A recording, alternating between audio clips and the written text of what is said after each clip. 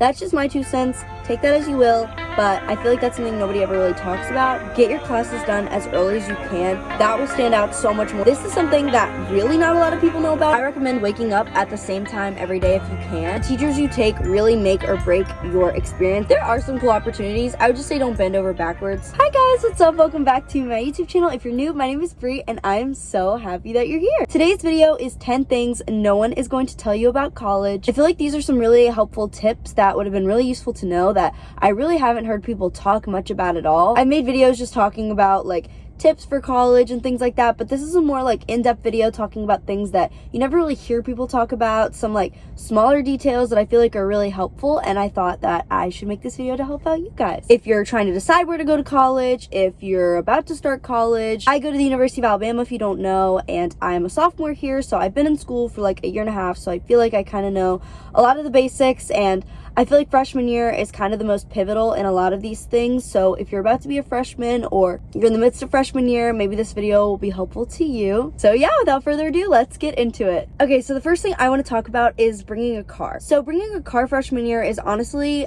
a big kind of debate. I wasn't even sure if I was bringing my car because I didn't start driving until my senior year of high school. So I really had no practice at all. I know a lot of people whose parents won't let them bring their car freshman year because they feel like they don't need it, or they'll make more friends without it, or they just don't feel comfortable with their kid bringing a car to college. I'm lucky enough to where I only live 4 hours away from home, so driving back and forth from college isn't like a huge deal, whereas I have a friend who lives in California and the drive takes her 3 days. So there's a big difference there. I would say if you can bring your car, really want to bring your car, I would say do it. Granted, you do not need a car at college. Most things are within walking distance. You can probably always get a friend to drive you places. I've never once driven to my classes. I walk to all my classes, so it really has nothing to do with getting to class.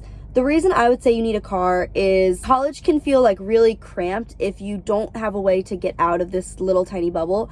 Sometimes if I'm like having a rough day, I'll just go to this place called Midtown and walk around and shop, or I'll go to a coffee shop off campus. I can go to Target whenever I want. The Target here is not within walking distance. If I need to go get my nails done, there are so many things that just really aren't within walking distance, or if they are, it's gonna be like a trek and like a whole afternoon rather than just like oh, I have an hour here, let me just quickly drive there and do this. Also, having a car just gives you like a nuisance of freedom. I don't really go many places, and I don't think it's limited my interactions with friends. I'm someone that I get really anxious asking people to drive me places. Like, I don't want to feel like a burden, so not having a car I feel like would make me honestly less likely to do things. And also, even if you don't really want to drive many places, I just love being able to go to my car, and I love driving around and listening to music and just a place where I can like be alone, because in college everywhere is so busy. You know, you're in your dorm and there's people. I live in a sorority house, there's always people, so being in my car is kind of like my own little quiet space where I can just listen to music, do whatever I want, call my mom,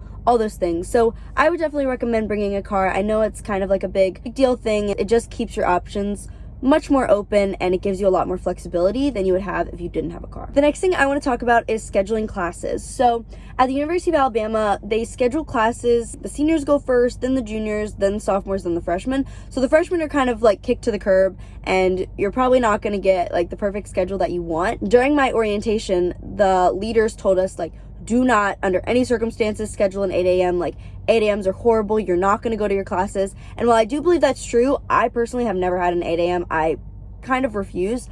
I will say that I know a lot of freshmen, like their first semester, rather take like all these nighttime classes rather than like get it done in the morning. And I would honestly argue if it was between an 8 a.m. and like a 6 p.m., I would take the 8 a.m. because there's always going to be stuff going on at night, whether that's a club meeting or a sorority party or you just want to go out. The night times are always going to have something you can do that sounds better than going to class. Last semester, I took a nighttime class and I really did not like it. I was not a fan. Kind of ruined my whole day because I was like, oh my gosh, like I have this nighttime class, like I'm not even done with my day. I still have a class from 6 to 7:45, and I had to miss like the beginning of a party one time for Pi Phi, and it was just not like, I just would not recommend it. And I had to take that class because it was the only like choice. But I'm just saying, if you had the option between a morning and a nighttime class, I would say get your classes done as early as you can. Maybe not 8 a.m., but like 9, 10. get your classes done in the morning. That way you have the rest of the afternoon to do whatever you want. You can go back and take a nap and you still have the rest of your day. I love trying to get a lot done in the morning and then maybe resting for a little bit and then continuing with whatever I need to do for the rest of the day. It just keeps your motivation going rather than like, you know, getting up and kind of like waiting around all day for your classes. So if you have the opportunity to take earlier classes, I would highly recommend it because you want to keep your afternoons and nights open so that you, once again, have more flexibility. This next little piece of advice, so I always notice on the first day of class that students go up and like talk to the teacher and introduce themselves. And my mom actually told me to do this my first day of freshman year. She kind of stopped since then. But if you didn't know this, like in college, every semester you start fresh with like new teachers and whatever. So it's kind of like, oh, you should go like introduce yourself to the teacher so they know you and you make an impression. I personally do not recommend that you do this. If you really want to, go right ahead. But I have definitely noticed that the teachers a lot of the times are kind of like, oh, hi. Like they don't really know what to say. It's kind of uncomfortable. Like especially if you're in a big class, like they're really not gonna remember you just from you saying hi, you know, like it kind of feels forced. And I'm just too awkward to even begin to do that, so I refuse. But if, you know, you're hearing like, oh, like go introduce yourself to the teacher, like it's kind of just weird. Like I wouldn't really recommend it. They're not going to remember all these students just going to like introduce themselves. But what I will say is the way to stand out from the beginning is to raise your hand in class and answer questions or contribute to the conversation. And if the teacher offers extra credit, do it, because that will make you stand out more than any introduction ever will. I've always thought actions speak way louder than words. So if you're doing things in class, if you're getting your work in on time and you're doing extra credit where there is extra credit to be done, that will stand out so much more than you going up to the teacher and saying, hi, my name is. My teachers in my classes have known my name, not because I ever introduced myself to them, but because they saw my work and they saw me raising my hand in class and they learned my name from that rather than me going to introduce myself to the teacher. That's just my 2 cents. Take that as you will. But I feel like that's something nobody ever really talks about. If you're already in college, you probably know what this is, but if you're not, there is a website called Rate My Professor. They might have an app too, I honestly don't know. But Rate My Professor is amazing. You go on it, you look up your college, and then you search the professor's name, and there's all kinds of reviews and little comments about the teacher, how they teach, if you have Friday classes, if they cancel class a lot, if they're an easy grader, what their personality's like. It is literally amazing, and I highly recommend using it. Me and my mom go on it every semester to figure out what teachers I want, and it is amazing. The teachers you take really make or break your experience. There are some classes that are super easy with one teacher but super hard with another, so you want to make sure you're getting the teacher that is the easiest and the nicest and most understanding. So definitely use Rate My Professor. You can ask around, ask your friends. If you're not a freshman, you can definitely go to people that you've known that have been in that class if you know people. But if you're just starting out, Rate My Professor is like the holy grail. Absolutely use it, and that is the best way to figure out what teachers you want. My next piece of advice is something called CLEP testing. This is something that really not a lot of people know about. I brought it up to a lot of my friends and they had no idea what it was. So when you come into college, you obviously have to take a bunch of gen eds, which are basically like general electives. So I'm a news media major, but just because I am in the School of Communication, I still have to take a science class, a math class, 2 English classes, a history, like all of these just general things to get a degree in general. So when you're in high school, you can take AP classes and you can test out of some of these electives and still get credit for them. So for example, I got a 4 on the AP literature test, so I tested out of all of my English gen eds because of that. But I'm really bad at science and I'm really bad at math, so I did not even take those AP tests because I knew I wasn't going to pass them. My mom actually heard about something called CLEP testing, and it's where you go to either like a college in your area, a community college, whatever. I went to Southeastern University in Louisiana just because it's like super close to my house. The summer before I started college, and I took a math CLEP test, and it's an 1.5-hour test on a computer, and you're proctored and you sit there, you take the test, and if you get like a C or above on the test, then you can test out of the class and get the credit for it. So I took the math and I think I got like a C+ average on it or something, and I was able to get those 3 credit hours for the math class, and I never have to take math at the University of Alabama ever. Like I got the credit and I don't have to take it, which is amazing because taking a 3-hour course at any college is going to cost you $3,000 to $5,000. This test is like $90, so you're saving so much time and so much money. So then I ended up taking a science CLEP test, and I did that one online, and I took it from my dorm. You're proctored, and they make you put like blankets over your screens. It was kind of weird, but I took the test and I passed and got 3 hours for science. So it's really nice. They have all types of CLEP tests you can take: math, science, social studies, English, all these things, like easy credit hours. I absolutely recommend that you take this. They also have like some online courses that you can take as well. I did like a prep course for the science one. I don't know if it helped too much, but I would say it can't hurt to prepare for it. They have a lot of online free resources that you can just look over. But trust me, I am not good at science and I'm not good at math, and I was able to pass, so I promise you can too. And it's a super easy way to get your gen eds out of the way cheaply and efficiently. That way you can just jump right into your major without having to worry about all these gen eds that you have to take. My next piece of advice is to take the easiest electives you possibly can. So I think for most schools, you're gonna have to take a few electives, like an arts and sciences elective, a writing elective. There's a few different ones, but there's a ton of different options when it comes to electives. And there's some people that are like, oh, well, since I have like a history major or minor or whatever, I should take like, globalization of the Civil War. Like, I have no idea what that means, but they want to take these super hard classes because it aligns with their major. It does not matter what elective you take, you just have to take an elective. I'm a news media major and I took Intro to Listening, which was literally the easiest class I ever took. So easy, so chill. I took Intro to Listening. I've taken Women's Studies, the easiest class. Take the class that only meets once a week. That's super easy. Like, find the easiest class and the easiest professor, because taking an elective will break up your schedule and make it easier for you when you're having all these super hard classes. At least you have this one class that's like, oh, that's so easy, I can get that done in an hour. Don't really need to think too much about it. Take the easiest electives, whether or not it aligns with your major or your interest. Take the easy elective, you're gonna thank me. Next thing I want to talk about is dealing with burnout in college. It is really easy to get burnt out here, I will say. You're constantly going, and even if you like take a break, still feel like you have a million things going on. I would say in college, your classes aren't necessarily, like, for me personally, aren't necessarily like harder or more involved. It's just that you have a lot more going on in your life. There's just a lot going on, and there's no one to like help you with your tasks. All your friends are obviously going to be there for you, but no one's going to like do what you have to do for you. And so it can be a lot to try and like manage all of that. It is exhausting for sure.